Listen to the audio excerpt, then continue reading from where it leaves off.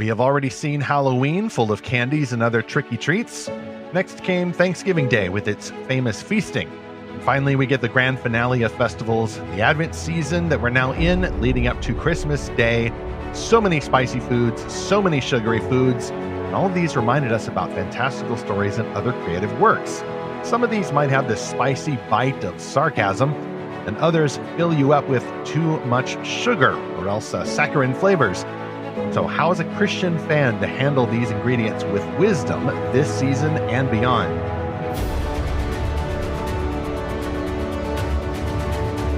Ho, ho, ho. Welcome back to Fantastical Truth, a podcast from Lorehaven.com in which we explore fantastical stories for God's glory. I'm E. Stephen Burnett, wearing my wacky Christmas sweater. I'm the co-author of The Pop Culture Parent and the publisher of Lorehaven.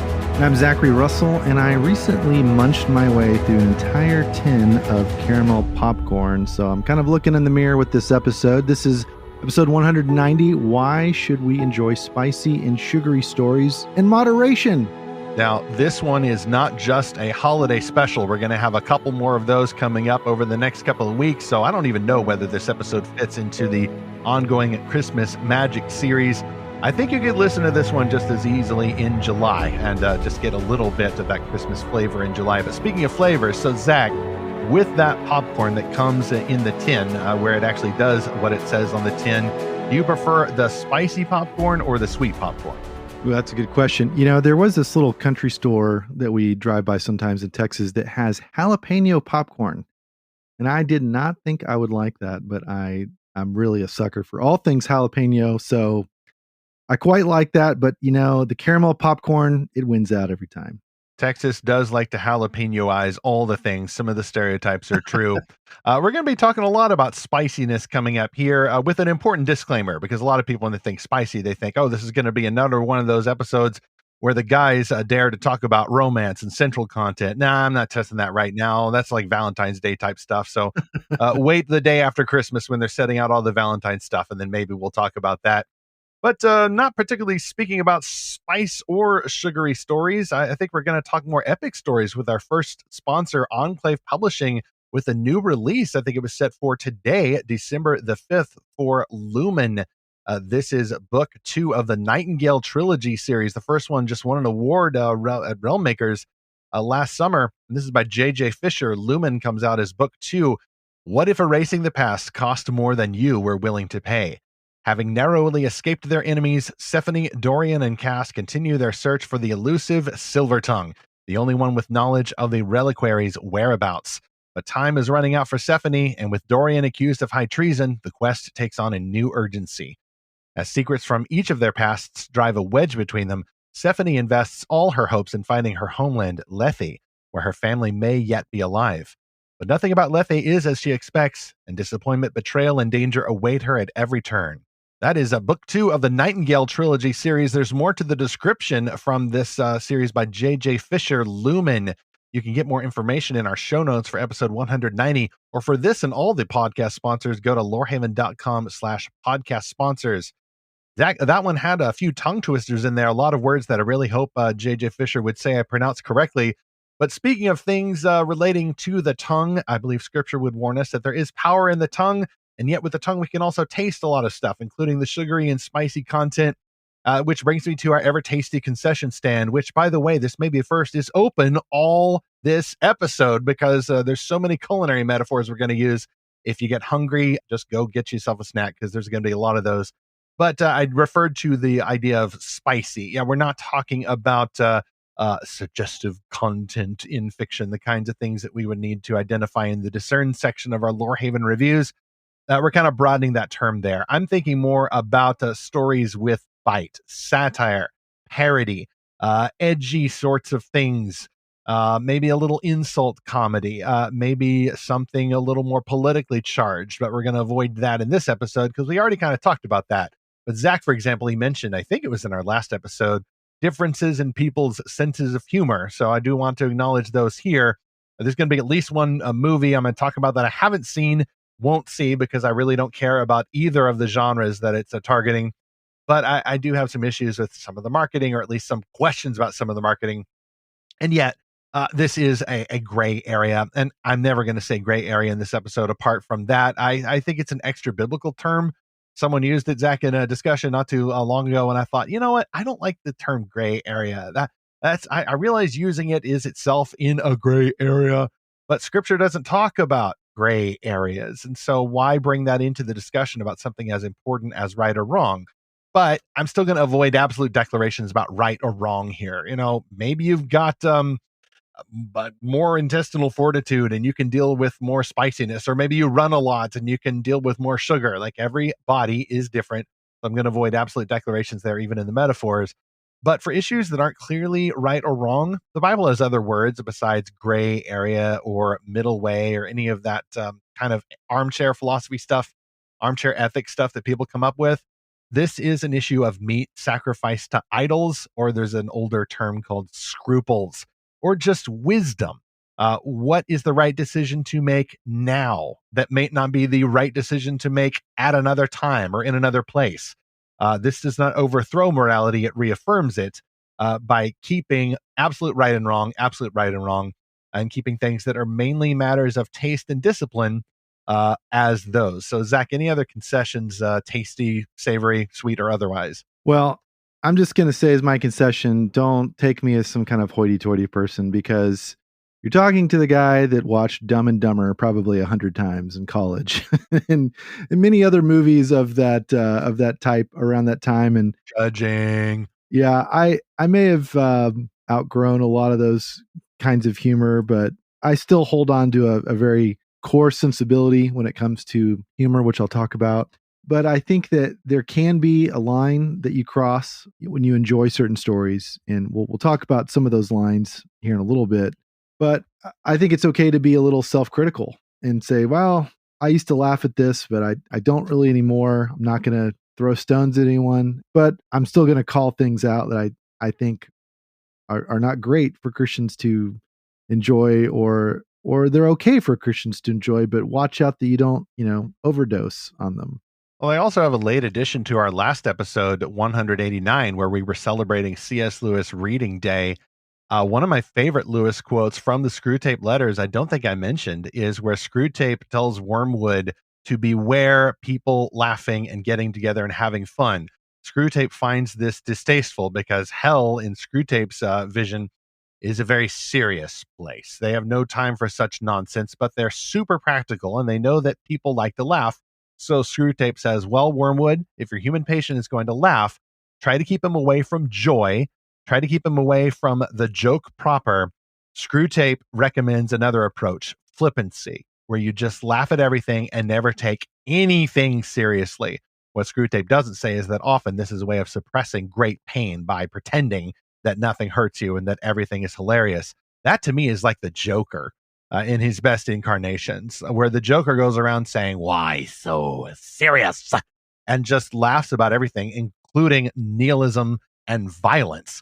Screwtape loves that kind of thing, so Screwtape recommends flippancy. So that's the kind of thing I'm going to try to be aware of here, especially in myself. Yeah. I'll say too, though, there's two uses of comedy. So there's comedy that's just wholesome and fun. And then there's comedy that's sort of a cultural weapon, right? Because there is a war on comedy, in case you haven't noticed. There are a lot of professional comedians that will not go certain places, not tell certain jokes, all because of a cultural zeitgeist, which is declaring certain topics off limits for laughter. And it's like that old adage, if you want to know who rules over you, determine who you're not allowed to criticize. I'm probably quoting that wrong. There's a great meme that comes with it. Anyway, there are a lot of topics that we are told don't ever, ever make a joke about this.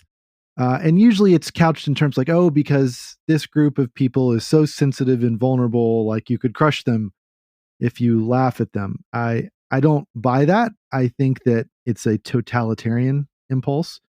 So there is a cultural response to that can be good. Where Christians get involved with this is tricky. But I just go back to the verse that says, the joy of the Lord will be your strength. I think we are to have a joyful attitude that is able, in Psalm 2, it says the Lord laughs at the nations, right? But yes, Stephen, I think you're right. Flippancy is that line that we don't want to cross. And there's other lines that we'll get into. Yeah, one other thing too, I think that analyzing humor, even calling it humor, can become very cringe because the joy of humor is that it is the unexpected, it is the incongruity. The best kinds are people laughing at themselves and our weird little human habits. It takes, as I think Lewis observed, like an especially wise mind to make a joke about virtue, but everybody is and a good joke about virtue, that is, but everybody's always making a mockery of sin, but not in a good way. It's the kind of mockery that normalizes it. But yet, as you mentioned, Zach, there is another kind of mockery that aims to identify sin as sin. Like, this is stupid. It's destroying us. Why do we do this? I think that that's better. But you can get a little too deep in the weeds trying to analyze humor too much. You try to collect it like a lab specimen. That's why we're only doing this once, like similar to our episode a couple of weeks ago, actually, the one about can political pundits create fantastical stories. Well, this one is an kind of a incidental sequel to that, just about 2 or 3 weeks later. But it also allows me to kind of push back on myself because now I feel like we got to the end of that episode, and I want to create feedback for ourselves. Like, well, wait a minute, this company y'all were talking about who's doing fantasy, like soon after you released that episode, they dropped a trailer for another movie that was not the Pendragon Cycle, and so that's where I'm going to start. Naming the movie, naming names, and then maybe not being so much of a shill as I was in episode 188. So, chapter 1, what do we mean by spicy creative works? I was thinking about this for 2 reasons at least, because in the same week, we got people, Christians and conservatives particularly, having different takes on 2 sources of satire and mockery. There was a trailer that dropped, a surprise drop for a sports comedy from the Daily Wire that's streaming on their platform called Lady Ballers. And the premise of the movie is that men cannot become women and play sports. That's an amazing hot take. I've never ever heard that before. What an extremely strange thing to say from the Daily Wire. Now, see, I'm trying to make a joke, haha, too, because the joke is that, of course, it would be people from the Daily Wire who would say something like that. It is utterly predictable and blasé. There's nothing really outrageous about it within that ecosystem of people who like culturally conservative entertainment. There's nothing to challenge the audience. There is no surprise there. Whereas with better comedians, what's funny about it is that it is a surprise. For example, if a comedian makes a joke about people of different ethnic groups, and kind of just goes right up to the edge of outrage, and then starts making fun of himself, or maybe people from his own ethnic group. It's surprising because generally people want to, praise their neighbors or make fun of the other guys. But here's a guy who's making fun of himself and his own people so that everybody can kind of laugh together and figure out that, humans may be different, but we all have the same kind of weirdnesses about us. Overanalyzing. But that's why, to me, this teaser trailer did not work because there was no surprise to it at all. Whereas it's actually funnier to say that a bunch of guys doing political punditry and owning people with facts and logic would suddenly get very serious and devote tremendous company resources toward an epic fantasy series from a Christian author. Like, that's funny to me, but it could be the Pendragon Cycle. The Pendragon Cycle. It could be funnier if it's actually good. Because some comedy directors, and even some horror movie directors, they're very good at action adventure. There's some crossover skill building there. So that's, to me, a lot more promising. And not only that, I just favor the genre more. And that's where we're different, I think, Zach, because I would have never watched Dumb and Dumber over and over, irrespective of being a Christian and homeschooled and all that. It's just, it's not my style. So that's where we get into matters of taste, because I don't care for movies that are labeled comedies. I'm fine with occasional romantic comedy or an action adventure comedy until the MCU ruined them. Comedy as seasoning, and we're back to the food there, rather than just comedy straight up, similar to horror, for example. I prefer those mixed in with other types of stories.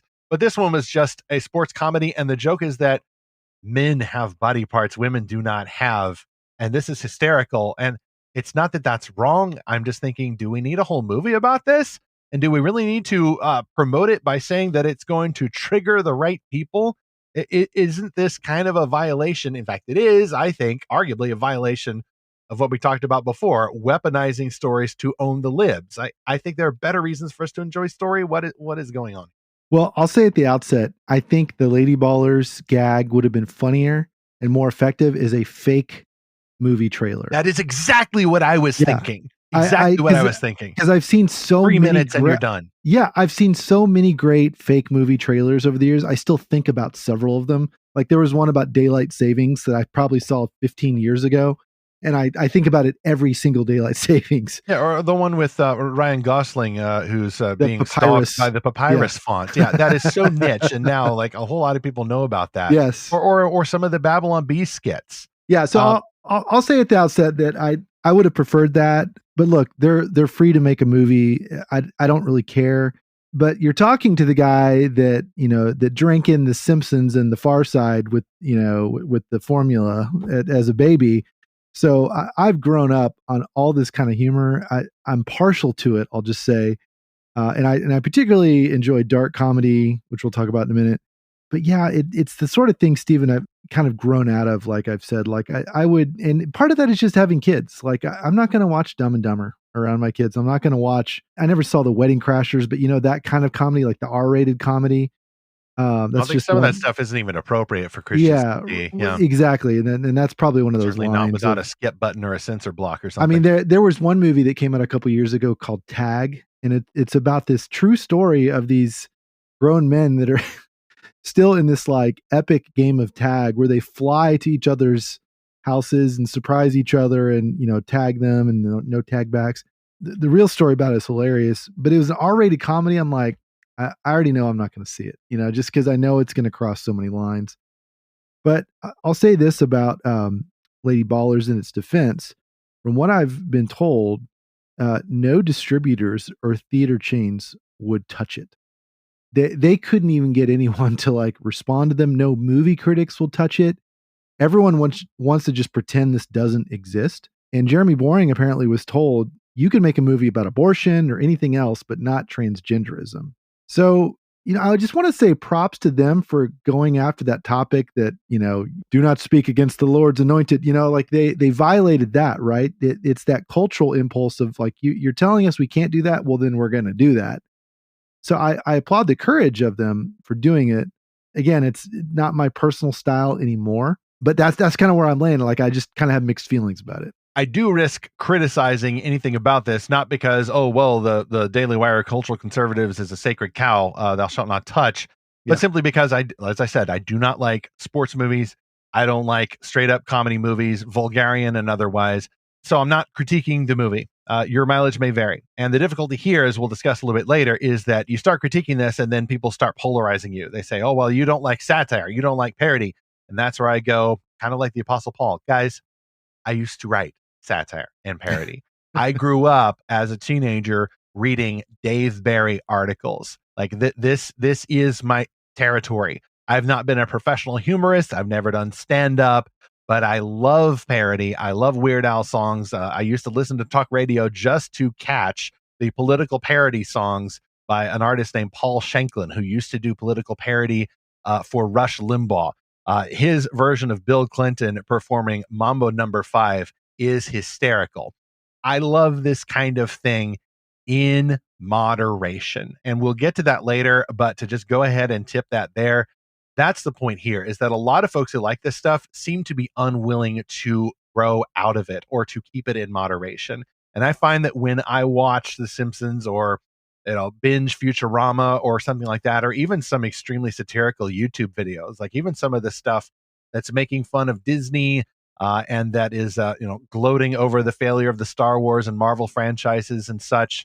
I have to be careful with those because their cynicism, which I'm guessing either they can afford because it's their livelihood and they have to do it, or because they're more resilient to the consequences of it in their real life. But to me, the cynicism rubs off. If I'm listening to too much of that kind of thing, like it will legitimately affect my day. And I will start becoming just a posture of cynical about everything. And so that's where I try to be careful. And I just wonder how many of the folks who are binging on this kind of spiciness, these hot takes, are now drinking directly from the bottle of the buffalo sauce for breakfast. and they're not getting a nutritious meal with the hot sauce as flavoring. See, I'm not talking about poisonous food here, or something you're not supposed to eat. I'm talking about stuff you can eat, but in moderation. And scripture compares the consumption of food to morality quite a lot, including in Mark 7. So I think we have solid ground here to Yeah. extend the metaphor. A lot of this is our personal preferences and tastes. I think we are trying to find some kind of lines because that's what we do as Christians, right? We try to find the lines that we shouldn't cross. You know, where it can obviously go wrong is when personal preference turns into, or even criticism turns into judgment of others. You know, it goes from I don't like this to this is bad, and anyone who likes it is bad. I'm not really interested in that. Let me talk about something else that's very near and dear to me, which is the Babylon Bee. So I'm a paid subscriber. I have been for over 3 years. I post in the headline forum every day. I've got 1,500 or so headlines I've submitted. I've got 9 of them that have been published. And one thing I've really appreciated from listening to their podcasts is they want to avoid clapter. You know, like the late show host, you know, Jimmy Kimmel and the others, that they just tell jokes for the in group to own the conservatives. Basically, it's the other way. And they try to avoid that. I mean, a lot of what they publish is, you know, red meat towards conservative Christians. They are not against making fun of their own tribe. Like, probably my favorite one was when they had Dennis Prager on the podcast, and then like a day or two later, they had a pretty scorching joke, like roasting Dennis Prager for something he had said, which I'm not going to go into because it's a little bit more of a grown-up topic. Yeah, that would get the other kind of spicy.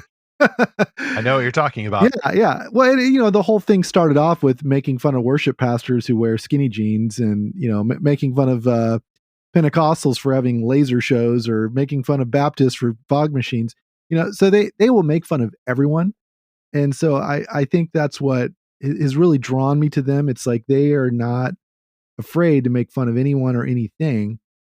It skews a certain way, and that's just their brand. But one thing I'd also appreciate is on their, you know, community guidelines for their forum, it says, do not use profanity or mask profanity with asterisks or imply profanity. You know, the moderators have taken down several headlines in the forum. So it stays fairly clean. It stays pretty wholesome. Yes, a lot of it is, you know, roasted. Daily Wire, different outfit, not necessarily a Christian by name, although there are a lot of Christians involved. Again, it's more that conservative angle, that cultural angle of like, we're going to go after the sacred cows our culture says don't touch. But yeah, Stephen, I think you've got the right point there, is that it's not surprising. And I think that's usually the value of comedy, is when something surprising happens. So I feel like I saw the whole movie in the trailer, and I laughed at it. I thought it was funny. But to see the whole movie, I'm like, well, I've already seen it. Yeah, that's a really good point. Plus the fact that it's just one joke over and over. Yeah. Now, if the movie, no, this wouldn't happen, and I wouldn't want it to happen, but the movie took a surprise, and like turns out that actually one of these guys didn't get in touch with his feminine side, and, you know, he discovers he needs to be more nurturing, even though he can still be a man. You know, it's corny. It's a little bit more sweet, and it actually is kind of biblical based there, even if it's by way of a more vulgarian joke that's repeated over and over. Like, okay, I could get behind something like that, because now we're talking about human nature. We're talking about something that, is Jeremy Boring himself has said, is pre-political. But this idea here is it just I got a bad taste about it. And so I'm not a fan. I'd rather just hold out and like, okay, great, you know, have your fun. But doesn't this kind of step on the brand for something like the Pendragon cycle? Now, you know, they're the guys with millions of dollars running a big company, so they know better than I do. But I just know what I, as a fan, see. I see like, okay, wait a minute. This is like what happened 20 some odd years ago when they said that the guy directing Shrek was going to direct the Chronicles of Narnia. Well, we ought not pigeonhole people. The guy who directed Shrek with the fart jokes can still be earnest and direct at least 2 good Narnia movies, or one good one and one just okay one, Prince Caspian. But it is something that kind of does pigeonhole people. Like, wait a minute, you guys are the ones who do the Vulgarian sports comedy. What makes me think that you're going to do perfectly fine doing an epic fantasy set in, you know, pre-medieval Britain? It can still happen. People are complicated, but anyway, it just seems to cheapen the whole thing with me. There was another issue that went on, though, moving on from the Vulgarian or seemingly Vulgarian sports ball movie. Kind of another side of this coin. People last week in the Christian verse on the interwebs were debating the satire and posturings of a popular Christian teacher named Douglas Wilson. Now, he's a satirist, and he is one of those swashbuckling sorts of folks. Now, there's a difference between someone who's a cultural mercenary, just going out selling weapons to both sides, and then either not doing any fighting himself or just going out firing indiscriminately. A swashbuckler is more like Errol Flynn's Robin Hood from the old movie. You know, he's laughing, he is following an honor code, he's being a little goofy but a little earnest at the same time. Like, that's the kind of swashbuckling I want to see. And a lot of people think that they're seeing this in Douglas Wilson. And why does this relate to us? Because Douglas Wilson is the father of author N.D. Wilson, who writes Christian-made fantasy. He's a Christian. He's been a keynote at Realm Makers and everything, the 2020 virtual conference. Great guy. I've met him once or twice. And he writes fantasy. And so some of this is part of that tradition. Fantasy and swashbuckling. I mean, swashbuckling itself is a fantasy metaphor. And so are ideas of chivalry and honor and laughing at evil while also earnestly defeating it. So this affects Christian fantastical fans.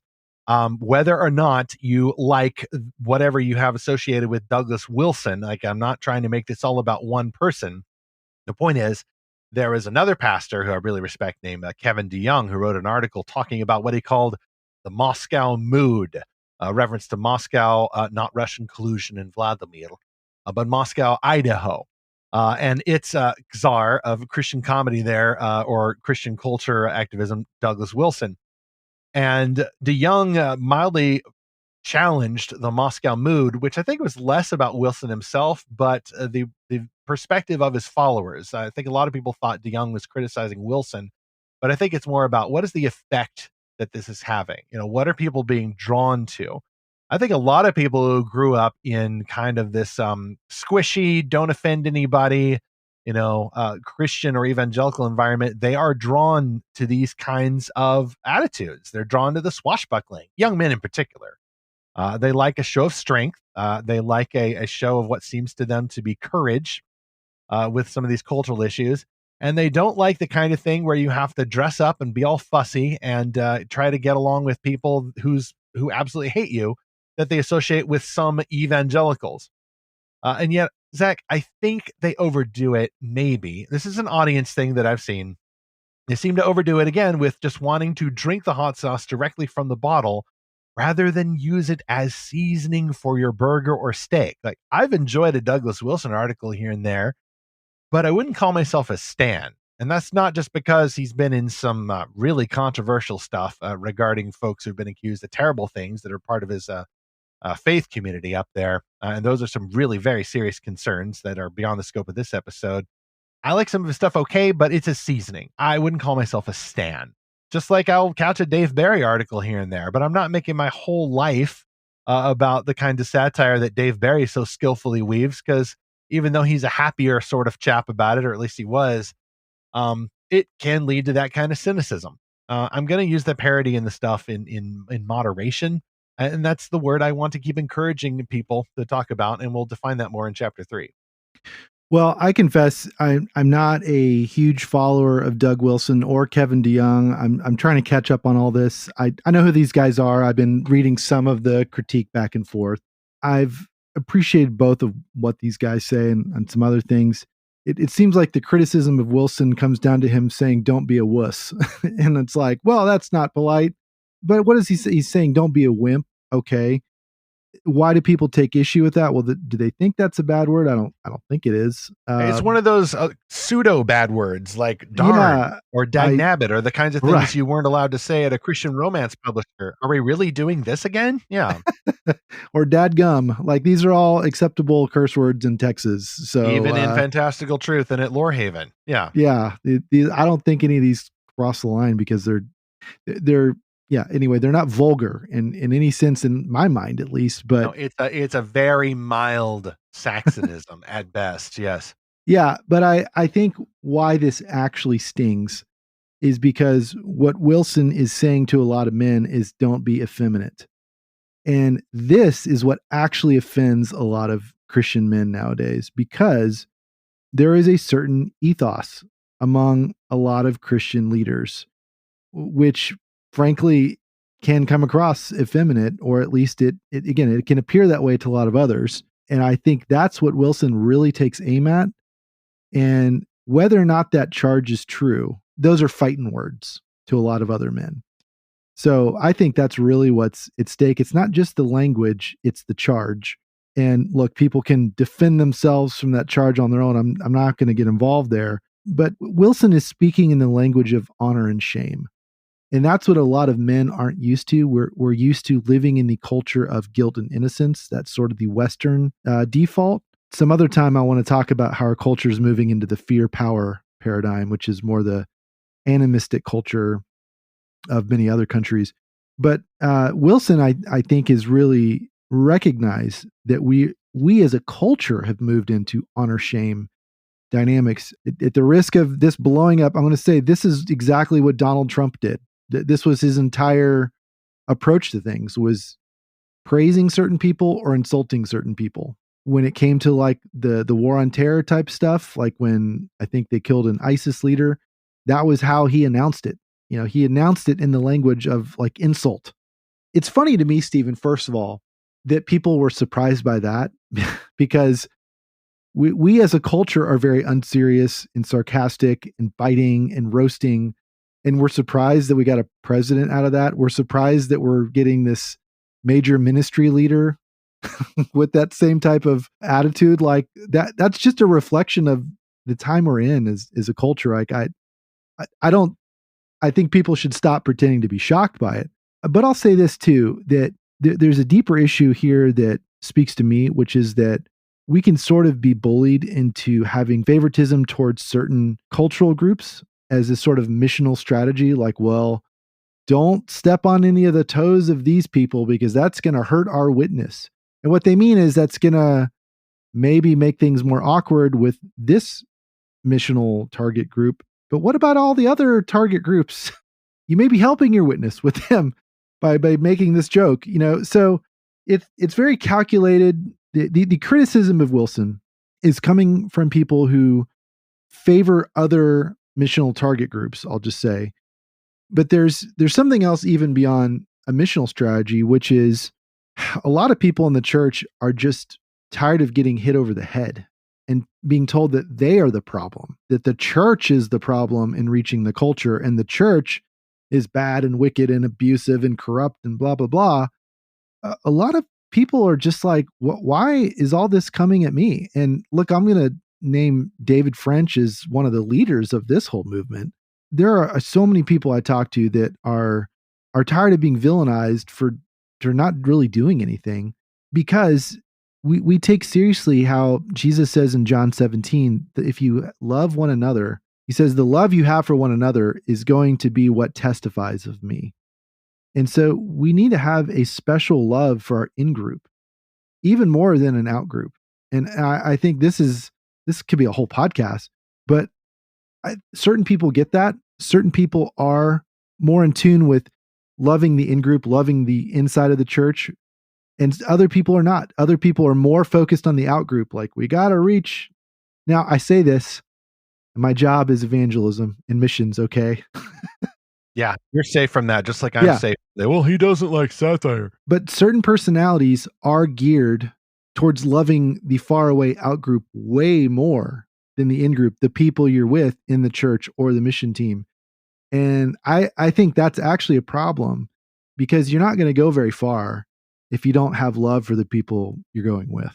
I agree. I actually noticed this some years ago when I was writing a challenge. I forget if it was for Lorehaven or for another site, where I was observing the phenomenon of a bunch of aspiring Christian fantasy authors I was seeing who were giving up on the church. Like, the church isn't interested in the kinds of stories I want to write, so I'm going to go out to the world.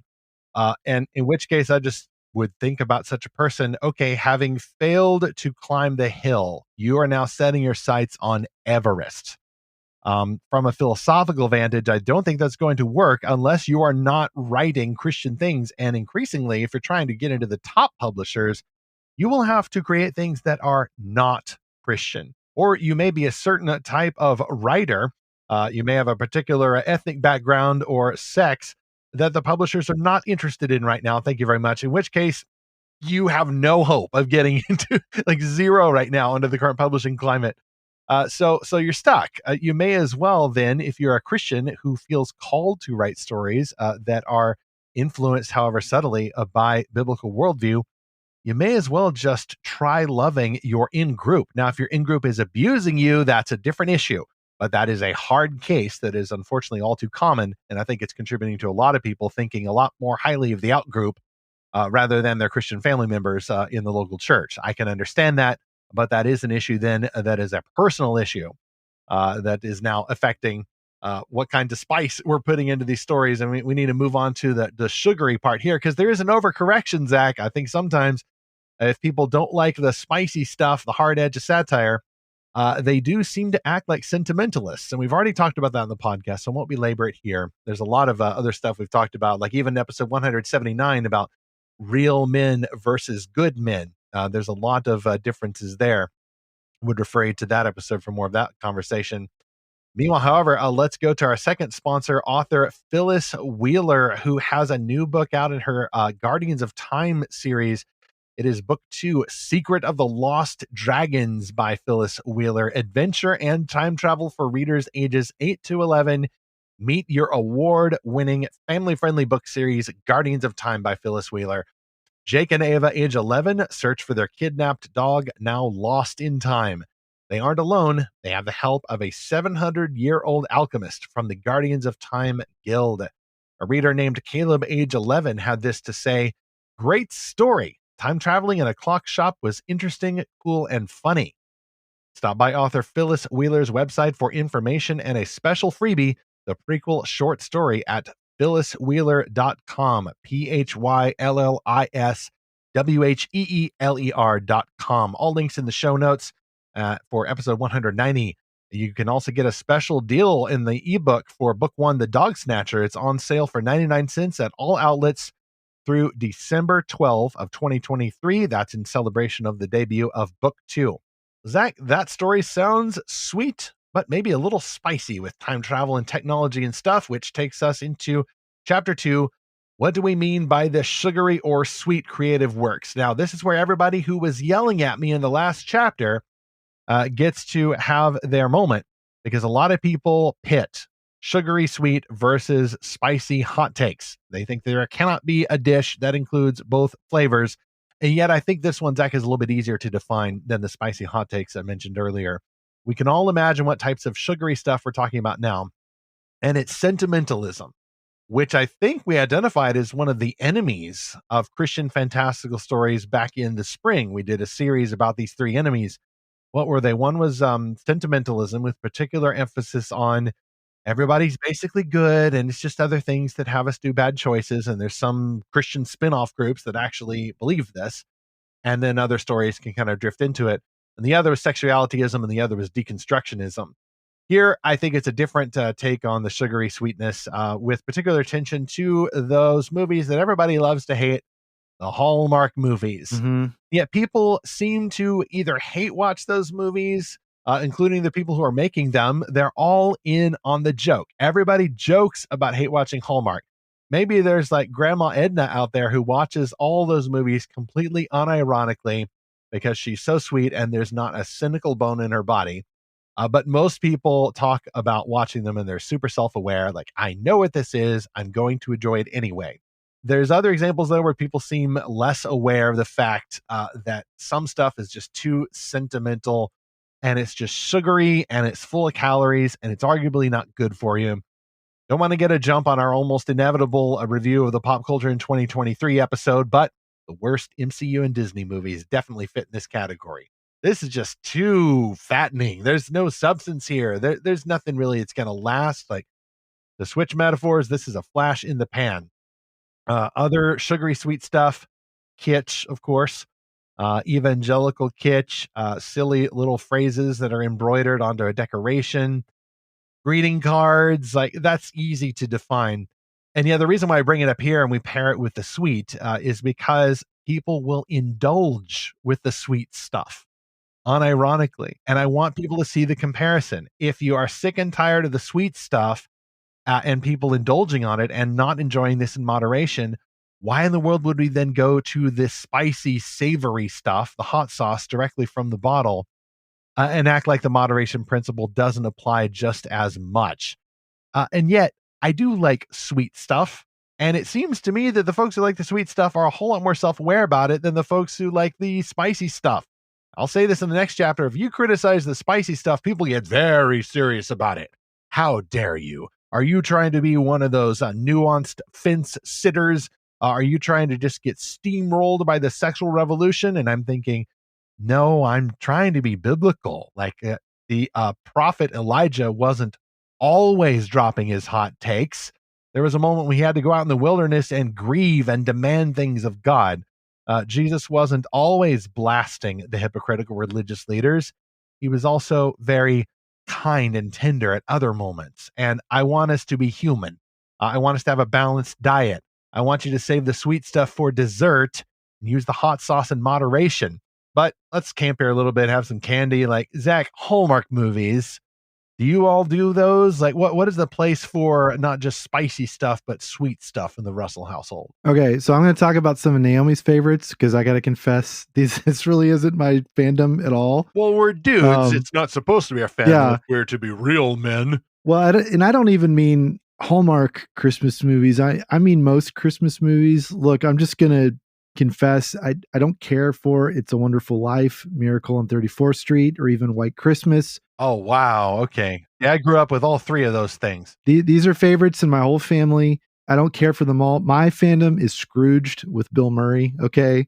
That's more my sarcastic, satirical, impulse. That's because you're late Gen X, Zach. Yes, you've got exactly. that little bit of cynicism, just a drop or two. But I'm going to try to do honor to Naomi for her movies. So there's a bunch of movies on Netflix that she loves. There's The Christmas Prince, The Princess Switch. There's a bunch of movies like this on Prime. Are there lights strung up on the gazebo in the park? She wants to watch one called Destined for Christmas. And even this one, this may be more of a hate watch, she said. But it's called Sappy Holidays. It's about a guy who runs his family's maple tree farm. And Naomi's like, well, even for someone who loves Hallmark movies, it's pretty bad. Wait a minute, they put the word sappy right in the title? I thought that it was going to be ironic and self-aware. No. It's very on the nose. I mean, you know that the actors know this. Like, I'm sure, I'm not in that fandom, so I don't see the behind the scenes, but yeah, I'm sure they know what they're doing. I'm sure that they're making fun of the soul. Oh, the sappy stuff. They know what they're doing, but they're also doing it and they're getting paid to do it. And I hope that they like doing it. Yeah. And here's what Naomi said about these movies. We talked about it last night. She said, I love these movies because they're sweet and there's always a happy ending, which is biblical. One day when Jesus comes back, there will be a happily ever after. And a woman's heart longs for that, for the Prince of Peace to sweep her away. You know how it's going to end, so you don't have to worry about some horrible surprise. Okay, now we talked earlier about good comedy being about good surprises. Naomi is actually she's famous for not liking to be surprised, not liking to be shocked. Growing up, her younger brother used to always jump out and scare her. I have to stop my son from doing the same thing to her all the time. I'm like, Mom does not like to be surprised and shocked. Even when I proposed to her, I got a little bit in trouble because I sowed some disinformation and made her think that it was going to be some other time and place. And then some disinformation. I showed up at a different time and she wasn't expecting, and I proposed to her and she was totally in shock. So she doesn't like surprises. And so it makes sense that she would like something predictable, something that she knows will have a happy ending. And because it nourishes that impulse and that expectation that Jesus will come back, that there will be a happy ending to the story that we're all living in. But look, she's self-aware about these things. She got me to watch a movie that she still laughs at because even my sister made fun of her for this. It was called The Dog Walker's Christmas. And this movie was very special to us because it was actually filmed at my grandparents' house. Really now? Okay. Was it an official Hallmark movie or just one of those imitators out there? It We was have on. Hallmark at I don't home. know. So we don't have Hallmark. I think there's ways you can watch it with commercials, but we typically wait till one of these makes its way to Netflix. This was on Netflix. I'm not sure if it started on Hallmark. Nicole, my sister, made fun of it. She's like, these actors don't even know how to walk dogs. Like they don't even know what they're doing. And Wow, that's a special skill. um, Okay. yeah, but this is like the one Hallmark movie I have watched, Steven, because again, it was like, hey, they filmed this at this was after my grandparents sold the house like years and years later. But it was a really big house and they were able to use it as like 3 or 4 different locations. So that was really fun. And then I got to pause the video and say, oh, this is the room where we used to do this or do that. But then after the movie, Nicole bought Naomi some socks that on the foot it says, if you can read this, I'm watching Hallmark Christmas movies. Because Naomi just unashamedly likes them, even if we can kind of make fun of them.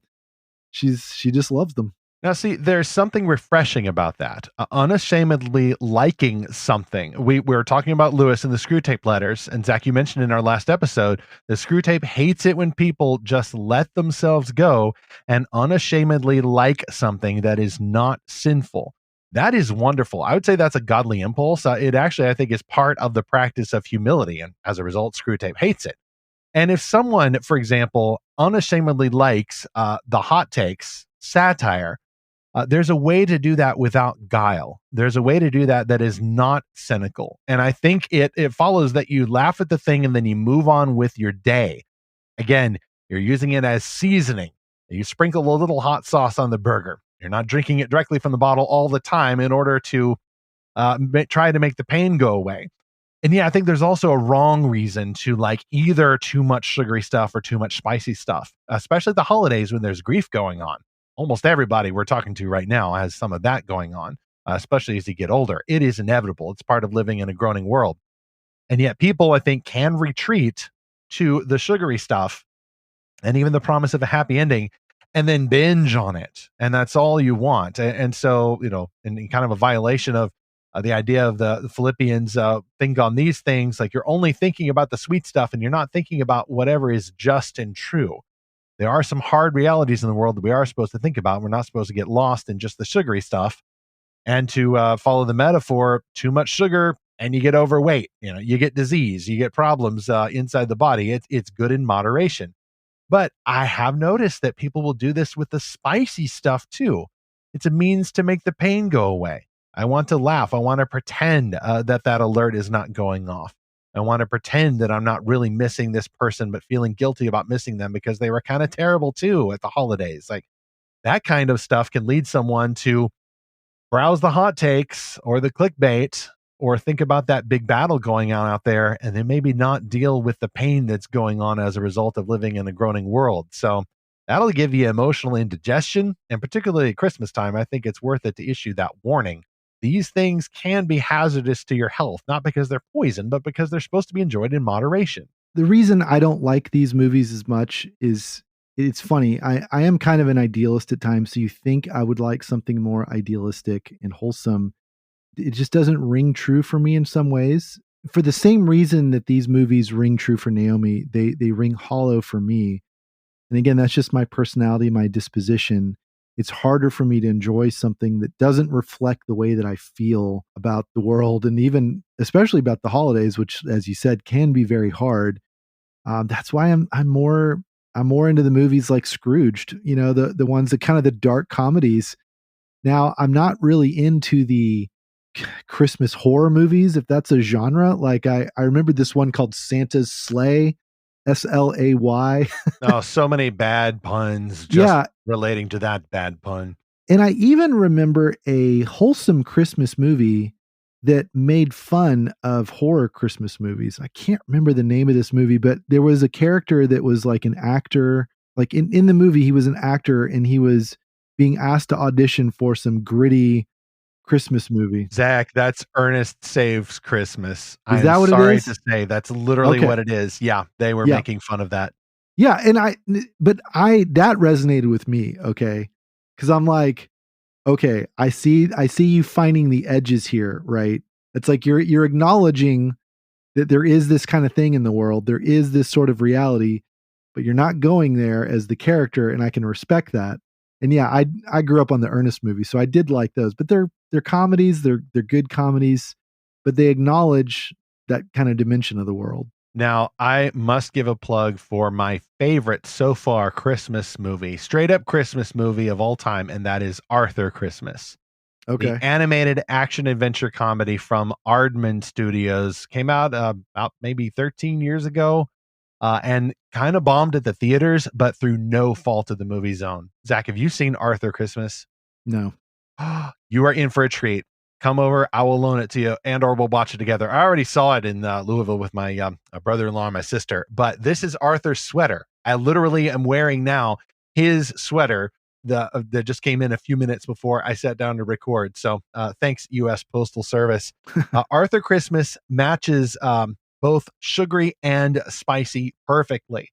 It's set at the North Pole. It's, this is how Santa, it's one of those, this is how Santa does everything, but it makes the old and the new the theme of the movie. The nostalgia of Christmas versus the new kind of more cynicism. And, this is a business, this is high tech, this is a high tech operation. Well, have we not lost the soul of Christmas? But then it's more about the generations of Santa's family.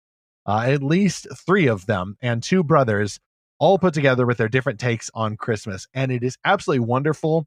And a lot of people agree that Grand Santa, voiced by Bill Nighy, steals the show. He's the spicy.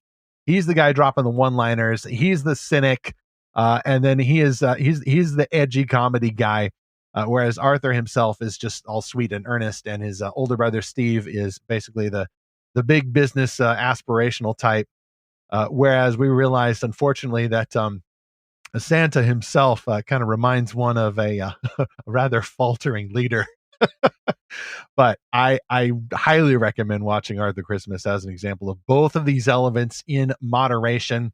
They got some great writing there at Aardman to write Arthur Christmas, and perhaps you too want to become a great writer. Sponsor 3, EJ Kitchens is back with the I Write How to Write a Novel course. Are you looking for a fun yet challenging writing class for your teen or yourself? I Write How to Write a Novel is an online writing course that will teach you how to write novels that your friends and even strangers will want to read, how to overcome writer's block and gather ideas, and much more. A mentorship option is also available to go along with the course. I Write is taught by EJ Kitchens, a professional copy editor, former college lab instructor, and award-nominated author of the Star Clock Chronicles and Magic Collectors books. For more information and to enroll, visit ejkitchens.com/courses. Look atop the show notes for episode 190. That looks like a fantastic option, especially going into the new year. Our podcast is for fans, so we don't talk about writing a whole lot. There's a lot of overlap between people who love these stories so much, hopefully with earnestness, that they also want to create some of their own. So be sure to check that out in the show notes. All right, chapter 3. How can we enjoy either treat, the spicy, savory stuff or the sugary, sweet stuff, in moderation? First off, maybe I should have put this at the top of the show. When I say moderation, instead of something like gray areas or even discipline or something like that, this is a concept that is rooted in Scripture. It is about biblical maturity. It's in all of the Scripture texts that encourage us to practice self-control. There's actually an older word that I really like that got associated with some other stuff going on in the 20s. It's a final word, temperance, being a temperate person, being even tempered, not going to extremes, not because you're trying to win the world for Christ or be the good cop Christian to reach your favorite special group of unsaved. That is probably really more of a picture of yourself that you're trying to reach. Often, I think a lot of that is self-soothing, but that's beside the point. This isn't about evangelism or reaching the world for Christ. It's about being like Jesus.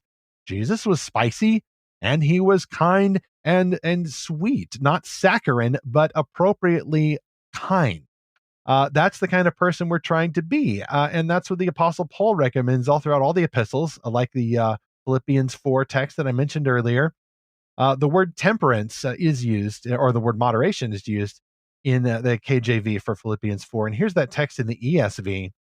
Rejoice in the Lord always. Again, I will say rejoice. Let your reasonableness be known to everyone. Now, that word Reasonableness there is translated moderation in the KJV.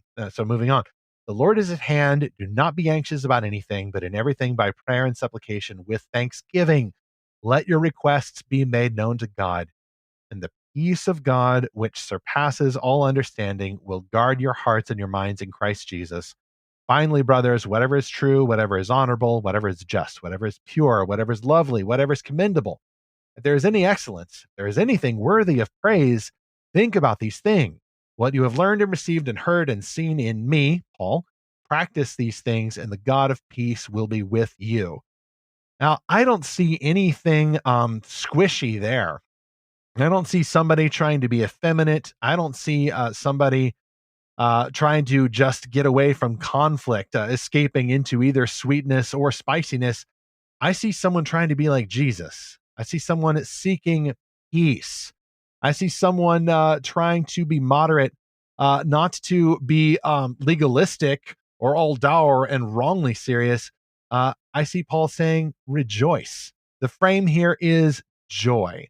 Joy leads to moderation, leads to reasonable choices in order to avoid anxiousness. Instead of being anxious, Paul says, I want you all to be thankful. I want you all to be praying and asking God for what you need, and then being filled with the peace of God that will guard your hearts and minds in Christ Jesus. That's the goal we ought to have, rather than indulging too much in the spicy stuff or the sugary stuff. Well, I like how you've kind of pulled out some of these words, whatever is pure and whatever is just. So those could be entirely different genres, right? When I think about whatever is just, I think about action adventure, or frankly, even horror movies, because it's usually about trying to right a terrible wrong. Right. Or a crime drama, or even a war movie, or a superhero movie for that matter. Whatever is pure, whatever is lovely, that's your Hallmark Christmas movies. And, Naomi enjoys those for a very good reason, as do many people. And I think that's fine. Think about those things. But I think both of these genres can be included in this verse. If it's because I think the key word there at the end is if there is any excellence, like Naomi is self-aware enough to know that there are good and bad Hallmark movies, right? And I'm self-aware to know that there are good and bad sarcastic Christmas movies. I mentioned Scrooged. I think that's one of the better dark comedies of the Christmas season. But I do agree about the moderation part, Stephen. I probably need to watch less of those movies. I kind of want to watch more movies with some kind of spicy flavoring to them, as you said, some kind of edge. So I love Home Alone. That's a very wholesome movie when you think about it. It's actually very respectful towards Christianity, towards the church, towards the family. It obviously has a very flawed family at the kind of the center of it. There's a lot of things you could say about the creator, John Hughes, and sort of his view of things with the family. But overall, that's about someone facing evil, someone facing loneliness, a mother trying to reunite with their son, protect him. A young man kind of growing up on his own and having to face a lot of dangers, which resonates very much with things I went through as a child. But then there's even movies like The Muppets Christmas Carol, right? Where it's just a wholesome story, but with the humor and the silliness of the Muppets, but also some, pretty legitimately scary parts if you're a kid. And we had to ask our kids, like, are you guys doing okay? Because there are some, they don't pull punches when it comes to the ghost of the Christmas future. I love the part where Gonzo and Rizzo say, okay, guys, this is where it gets a little dark. We will see you after it's over. Which is just a wonderful training wheels approach too, to a darker element of an iconic classic scene that is meant to convict Scrooge. That the meme is correct. That Michael Caine is surrounded by Muppets and he is like, I'm going to play this thing as serious as a car accident. Mm-hmm. It's true. Oh, whereas Tim Curry acts like a Muppet in Muppet Treasure Island. Either approach is great, and the Muppets occasionally have done this with perfect balance. Now, I will say that what I actually want to watch, it is a movie more like The Two Towers. Okay. I mean, I think that's a Christmas the Lord of the Rings movie. trilogy is a Christmas films. Yeah, absolutely. And is, the meme comes up every year. Die Hard is a Christmas movie. Yeah, Yes, but Spider-Man is a Thanksgiving movie. right. And let me make a comment on that.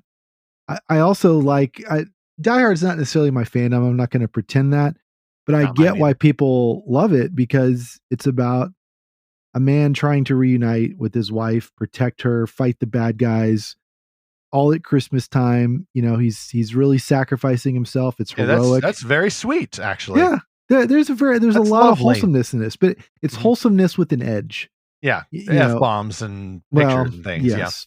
yeah. At least not if you watch the non-TV edit. I Don't think a lot of don't people have quote affection for along. that because of a Yeah. TV edit, yeah. Yeah, that's right. The flower bed bombs instead of the other one. Oh, that's a flower bed. That's right, Yes, yeah. There's a niche Babylon Bee joke. Well, we're a little into overtime here, but just a few quick thoughts about Philippians 4 there, because I've kind of been here, where when people will say, well, whatever is true, whatever is good, whatever is noble, and you just roll your eyes and go, you're using that as a clobber verse. You're trying to keep me from watching those spicy, savory cartoons. Like you're trying to keep me from doing what I need to do to either protect people or to do something good in the world that is just or noble. And I would agree with that response to an extent. Philippians 4 does not rule out edgier parts of reality, and it certainly doesn't overthrow the Bible. You go to the prophet Ezekiel, if some Christians were to tell Ezekiel, hey, you ought not be being so mean about things, whatever's true, whatever's good, like be peaceable. And Ezekiel says, the invaders are coming. This is what God has told me to say. I have to say it. Or Isaiah or any of the other prophets, like go through Hosea. There's a whole lot more of whatever is just and whatever is true there, and not a whole lot of sweetness. Hosea was dropping the spicy hot takes for his time in a specific context for a specific reason. Yeah. But even Hosea wouldn't have wanted to live that way. There is a time and place for those things. I think even the preacher of Ecclesiastes would say there is a time for spicy, there's a time for sweetness. And a lifetime should include both of those. Whereas if you're getting way too serious about only indulging in the spicy hot takes, or you're getting way too serious and don't want to be challenged because maybe you're enjoying too much of that saccharine sweetness and it's not healthy for you. And if those people hear the challenge and then they react as if you're trying to get them to eat only fat-free kale casserole, then you got issues. Now, you're not trying to be like Jesus. You're just trying to be not like a legalist. And those are two very different things. Jesus himself had a lot to say about food not making you sin, but the entire New Testament is full of advice about food, meat sacrificed to idols. What are the stigmas attached to the food that might make somebody else stumble? Is the wine actually going to be good for you? Be ye not drunk with wine, but filled with the Spirit. Moderation, moderation, moderation. And I think if maybe like I'm going too far with the hot takes or the sugary sweet stuff, either way, if someone were to say, "Hey, this is affecting you a little bit," you seem to be a little more cynical. Like you've lost that joy that you have for watching a fun, wholesome Christmas movie. And what's wrong? Maybe you ought not listen to the podcast so much. And I've had to correct myself several times. That yeah, let's hold off on the hot sauce. I'm going to switch between the hot take podcast and then the audio book of this medieval story, and of course the music that I've enjoyed this year. Everybody's posting their Spotify Wrapped, and my top song, by the way, if anybody cares, is the Make It So track from Star Trek Picard season 3. I apparently listened to it way more often. Maybe I did indulge in that some this year, and so I need to practice moderation. But a good balance, like even just the listening habits, has helped me, and it hopefully enables us to keep things in moderation. But if you're getting mad because somebody thinks maybe a little too in denial of reality or a little too cynical about things, and you defend your freedom, well, then I go back to our episode about the purpose of freedom that I did based on Galatians 5:13. There is a purpose for freedom, and it's to enable us to love Christ and serve one another, not just freedom for its own sake. And if you get that freedom out of whack, if you're binging on the hot sauce or binging on the sugary treats, it's not even going to make you happy ultimately. It's certainly not going to help you fight the battles that you need to fight or care for your family or any of those things. Instead, your parents are right. You shouldn't have eaten too much candy, and now you're sick. You had too much sugar. You're going to get a disease sometime. Whereas if you drink too much hot sauce, guys, that could burn off your stomach lining, and you need the stomach for battle.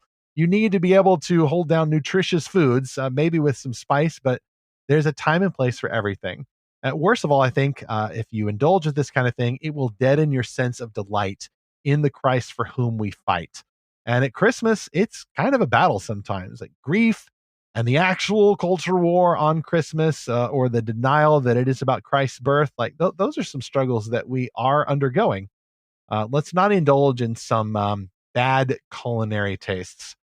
Let's practice moderation and enjoy these things as issues of taste, even if they're not issues of exact right and wrong. What will help us avoid the extremes is having the right approach and avoiding sort of a negative ethos, if you could call it that. So earlier I mentioned this idea of, if you want to know who rules over you, ask who you are not allowed to criticize. And I think the impulse is to take that and say, well, as long as I'm making the wrong people angry, then I must be doing the right thing.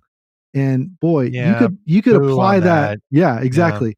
That's a negative. It's certainly no That's an way to oppositional live. ethos, right? Yeah, but I don't even think you should do that. Not even once. Like what is the point of that? You could take that approach and plug in either the sugar or the spicy kinds of stories and That say, is so well, true. all of the joyless scolds out there don't like these types of comedies, so I'm going to keep watching them because just to trigger them. But you could go the other way and say, oh, all the jerks in our culture don't like these wholesome Hallmark movies, so I'm just going to keep watching more of them just to stick it to them. You know, like you could. That's not a way to live. Is just live in opposition to people you don't like. I mean, Yeah. I think you're right to center this verse, Stephen, is to say, practice these things so that the God of peace will be with you. Like that should be the goal. Is like you're enjoying different kinds of stories for different reasons so that you can celebrate different virtues. And it's not saying here, we're not saying here that sugary or spicy stories are bad. It's the reason you're going there.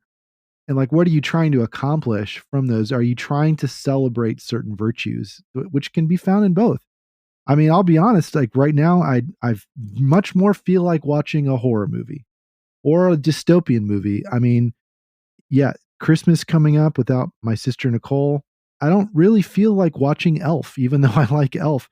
I feel like watching Gattaca, a very dystopian sci-fi movie about sort of this world where superior genetics are what get you ahead in society, because Nicole had a lot of genetic disadvantages from Wilson's disease, cancer, and so forth. And yet it was about someone who overcame all of those challenges and was able to join the space program, which was also Nicole's lifelong mission. You know, that movie is hard to watch for a lot of reasons, but it really resonated with Nicole, and it resonates with me for other reasons. Quite honestly, just some horror movies resonate with me right now, because not all horror movies, there's a lot of horror movies I just don't care for at all. But there are certain kinds where it's like the monster in the house, or trying to escape some kind of monster pursuing them. That resonates for some very personal reasons for me.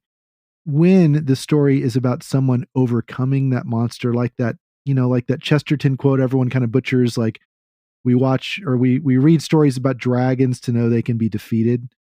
That's the reason why. And that those kinds of stories where there's an actual nowadays, like the dragon stories, oh, the dragons are friendly and you can go for a ride and be buddies.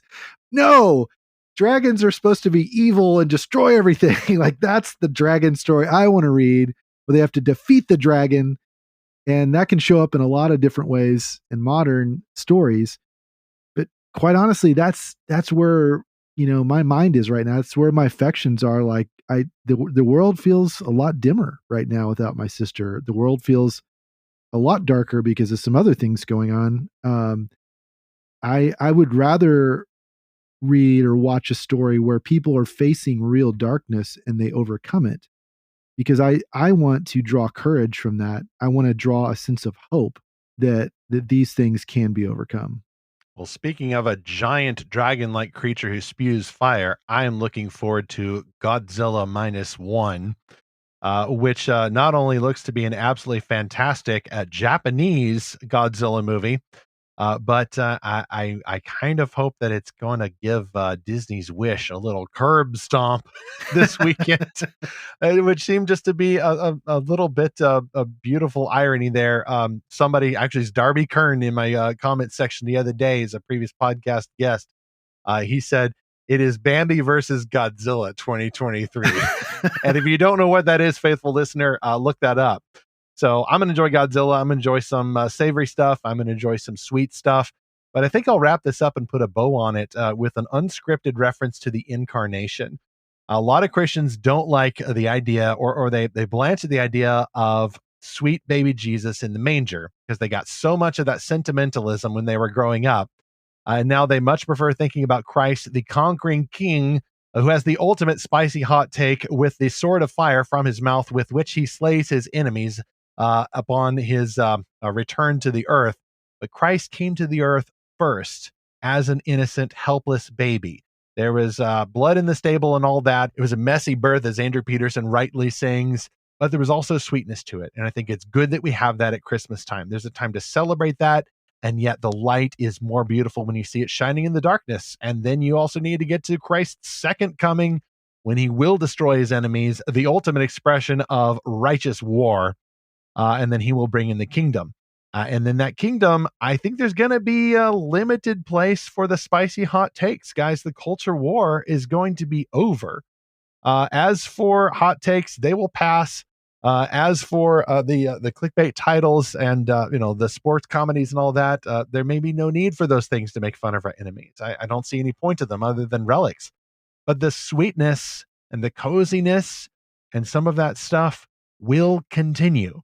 So one of these arguably is temporary at best, and the other is a little bit more permanent. So I guess I got to say sweetness has the edge here, eternally speaking. I guess we will find out, but we know that no unclean thing will be allowed in the city. And that is to the credit of Christ, who came not just as the conquering king, that's later, but he is, of course, our Prince of Peace. So to you, our listener, here's what we would love to know. What are your favorite spicy or sugary movies or books that you bring out during this season? And which ones do you feel like, maybe I need to put that aside for a season, or maybe not watch this 3 times, maybe just twice, maybe just once? Where are you at in kind of discerning this topic? So send us a note to podcast@lorehaven.com, comment on our episode page, or tag us anywhere you find us on social media. And let's go to the comm station and hear some comments we got previously. This was from Wilda, who remarked about Marion Jacobs' mixed movie review of Journey to Bethlehem. And Wilda says, quote, "My husband and I just saw it, and we enjoyed the music and the beauty, but we really did not like how they portrayed the 3 kings. We did not like the comedic part. It felt weird and disrespectful.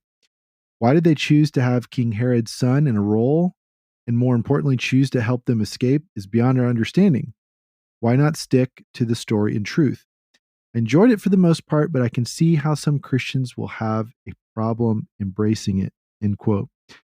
Wilda, I resonate with a lot of that. I actually had a bigger problem with the comedic aspect with the angel Gabriel. The 3 Gabriel kings bonks his head. It goes Yeah, bonk. And right. I wanted to leave. Rehearsing his lines, being nervous. Oh, that too. Oh, That was weird. For some reason, the 3 kings being goofy didn't bother me as much. I mean, because it's a goofy movie. I think the Herod's son storyline, it's like this redemption arc. It just didn't feel like the same genre. Although it's a completely I different really movie. Yeah, I but want I that really movie. liked it. Yes, I liked it too. And it was one of the For King and Country guys. He did a good job, but he was just ignoring all the dumb hijinks around him, and like, the man can act and he's got a voice. So he's not just a guy you turn on to sing Little Drummer Boy. He does other songs. No, I mean, I'm singing that song in my head still, in my blood. I'm not going to sing it out loud. Don't worry. But I even thought they should have done more with that. Agreed. But musicals are weird like that. Like what is the genre of a musical? A lot of musicals have drama and comedy and tragedy. So it can sort of be that genre blender. I think what they missed at the end, well, this is a spoiler. Maybe I shouldn't give spoilers. I thought there was a big missed opportunity with a moment with Herod's son at the end. But I appreciated what they were trying to do, which was sort of explain why, if Joseph is returning to Bethlehem, where his family is from, why couldn't he find a place to stay, assuming he had relatives there? And I thought there was an interesting explanation for that, but it was more that they raised that question I thought was interesting. I thought they could have had a better explanation, which is that Joseph was shunned from his family because he was going to quietly divorce Mary for the sake of honor for her being pregnant before they got married. And then he decided to marry her because of the dream the angel gave him. Well, I imagine he would have gotten fallout as well. He could have been disowned from his family. And I think that would have been a more interesting, again, that gets into more of the honest, sort of gritty Christmas stories that I like, that really acknowledge how screwed up the world is.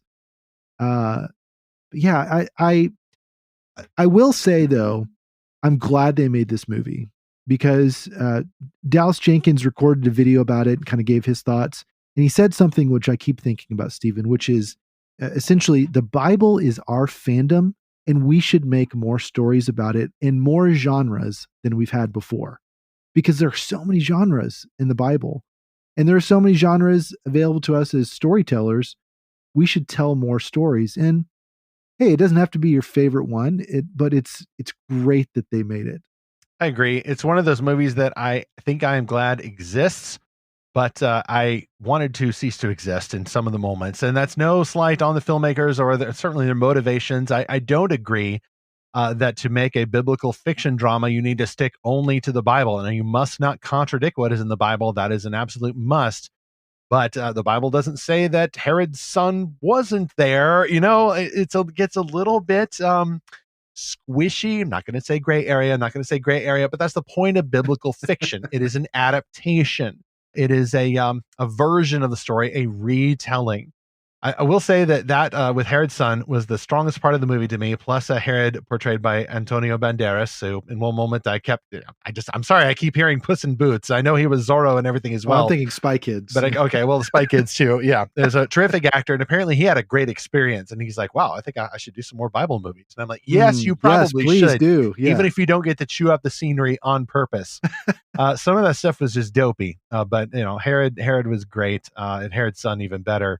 I wanted to see that movie, and yet I would say that the better story about a Roman soldier who acts all cynical, but then is overwhelmed by the arrival of the Christ child, whom he believes is the hope of the world. A better story is actually an Adventures in Odyssey two-parter from the early 90s called The Star. Absolutely wonderful dramatization there, biblical fiction, and the man who plays the Roman soldier, Proclus was his name, is actually, I forget his name, but he's the actor who does the voice of Triton, the Little Mermaid's father in the original movie. Terrific voice actor. He did a lot of Odyssey voices back in the day. So it's another recommendation of a savory yet sweet story that helps to illustrate a nativity reality there. Oh, we got another comment though about an older article, which is a news article about a year old now, when the Daily Wire announced they were doing the Pendragon Cycle series. That one keeps coming back because people are very interested in that. Interestingly, Zach, that article mentioned that they were also doing some kind of Ayn Rand thing, and that's what they led with. But I led with Ayn Rand, nothing. Who cares? You guys are going to do the Pendragon Cycle. That sounds extraordinary. I've forgotten all about that. Yeah, me too. Everybody has, including them. Obviously, Pendragon rose to the top, and I hadn't heard nothing about no Ayn Rand stuff. I don't forget it was Atlas Shrugged or the Fountainhead or whatever, some libertarian thing I don't really care about. But Tyrian, reader of that article, didn't care much for some content in Stephen Lawhead novels, and he wrote a comment there. In so many of his book series, Tyrian says, Lawhead includes casual disregard and sometimes verbal and physical abuse of female characters. I never finished the Pendragon Cycle, but I remember this distinctly in Hood. In one scene, Robin Hood, the hero, slaps Marion and then justified his actions as necessary. It is sickening and not in line with biblical values. Well, that's a rather serious charge there. I've not read Hood either. In fact, my Lawhead exposure has been embarrassingly low. But I did just finish the Taliesin novel, and I didn't see any of this kind of content in there. I saw respect for women. In fact, his female hero feels refreshingly amazing. It's the best kind of female character who has like all the super action skills, but there's a reason for it. And yet she's vulnerable. She has a journey to go on. And I'm looking forward to reading book 2. Looks like the casting for this series is pretty good because I see the actress they chose for her and I'm like, yep, that's her. That's Karis. But I've not read Hood. I would question, though, whether the author himself would approve Robin Hood slapping Maid Marian. Unfortunately, Zach, that turns into the Batman slapping Robin meme for me as I say it. That's completely unserious and maybe even flippant. I'd be very interested to read that book and see, okay, was it that bad? Is it something that either he should have been sorry for or was later repented of? Was it an exception that proves the rule? I think these are questions that readers need to ask, even for something that seems really terrible like this. If the character makes a pattern of it, or the author is obviously smiling upon such a deed, then we got issues. But I don't think that necessarily disqualifies the book. Yeah, from being something it all Christians comes can down enjoy. if the story rewards a character for acting badly or if the story punishes a Yeah. character. Was Maid Marian enchanted by Morgan Le Fay from Arthurian mythology? I'm mixing the eras there. Yeah. And you have to slap her to wake her up. Like, that's different, for example. But it It's could very seem like different than the kiss to legitimately wake her up, triggering. I guess. Oh, Yeah. yes. Well, you got to get consent for that, for sure. Yeah, questions you usually need to ask, whether you're reading a sweet story or a savory story or an epic fantasy like that. So we'll continue to explore that. I'm probably going to get more into the Lawhead verse this year, personally as well as professionally. And so you'll be seeing more about that at lorehaven.com, where you need to subscribe in order to get the good stuff. Articles on occasion, our weekly reviews every Friday, news like Marion Jacobs' take on the Journey to Bethlehem movie, and of course the weekly podcast episodes every Tuesday, except for holiday breaks. What's our next holiday break coming up here? Just so y'all know, don't expect an episode on Tuesday the 26th, the day after Christmas. We are going to be enjoying Christmas magic of our own with our families separately. So we'll have 2 more episodes after this to close out our 2023 season, but you need to get the notifications for those by subscribing, lorehaven.com. Free to subscribe. You can get whatever updates you like, including for those Friday reviews, like the one we just did for A Soul as Cold as Frost. Very interesting wintry fantasy that one of our reviewers found and really liked so much they were also doing a book quest for it. So that book quest is started in the Lorehaven Guild, our Castle in the Cloud on Discord. We will email you the secret key to get in if you subscribe free at Lorehaven. You'll also be the first to know if you subscribe when we post that review next Friday. The H.L. Burke story, A Superhero for Christmas. Reviewer liked that one as well. We got that in for the season. So check that out at lorehaven.com and make sure you sign up and subscribe to the Lorehaven Guild. Who knows? Maybe we'll throw a party if you are the 300th hero to pass into those magical gates. Next on Fantastical Truth, we still haven't talked enough about C.S. Lewis. Did you ever read the Lewis essay, for example, we didn't mention in our last episode, where C.S. Lewis criticized Trumpery? Now, he criticized Trumpery at the holiday season. It's a word we don't use often enough. Lewis laments about the Xmas season. They buy gifts for one another, such things as no man ever bought for himself. That's Lewis getting all spicy on his own, but he did love Christmas, and so did Professor J.R.R. Tolkien. In fact, Tolkien celebrated Christmas so hard that he actually ghost wrote letters from Father Christmas from the North Pole for his own children. Tolkien had his own Santa legends, and so we're going to talk about that with a special guest. What can we learn about critiquing yet celebrating Christmas from these 2 literary legends? That's on our next episode. Meanwhile, oddly enough, we got a little spicy, talking about the spicy hot takes. Interesting paradox there, but I hope you heard the heart of our objections to not enjoying these things, whether spicy or sweet, but enjoying them in moderation. That's a biblical concept. Maybe you need to binge on this stuff because it makes you feel better about what's going on in your life right now. But I think it's better when we're struggling with that to look to Christ, look to the incarnate Savior, look to the Prince of Peace, who does give us good gifts, like sweetness and spiciness, as we continue to seek and find his fantastical truth.